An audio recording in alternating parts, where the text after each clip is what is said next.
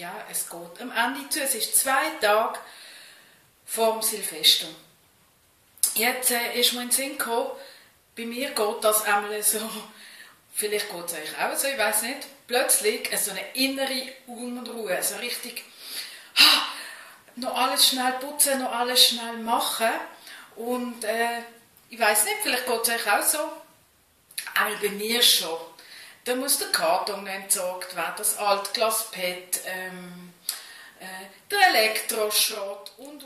So, jetzt gehen wir noch schnell schauen, was ich denn alles zum Entsorgen habe. Es ist schon vor der Tür. Also, Türchen auf. Tararata! Das alles, das muss ich entsorgen. Ich freue mich schon drauf, das Auto wird voll überlaufen sein.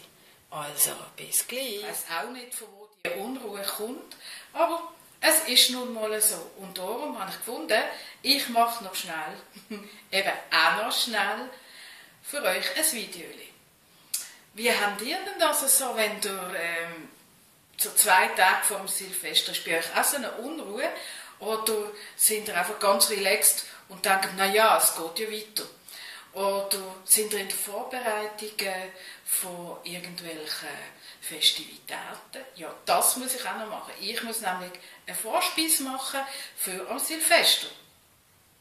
Wir gehen hier immer ein paar zusammen und die einen machen die Hauptspeise, die anderen das Dessert und ich, wie immer, ich mache eine gute Vorspeise, weiss noch nicht was und wir werden es sehen, was es denn ist. Ja, und dann ist es ja einfach noch nicht mit dem gemacht. Ich muss noch waschen und die Wäsche wieder versorgen. Es ist immer so ein Gefühl für mich, wie wenn die Welt untergeht.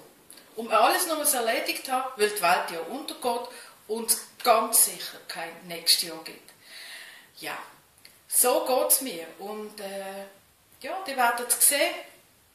Es gibt ein 2019 und darum wünsche ich euch von ganzem Herzen einen guten Rutsch ins neue Jahr. Wir sehen uns dann wieder und bleibt locker und entspannt. Eure Jeanne von unterwegs.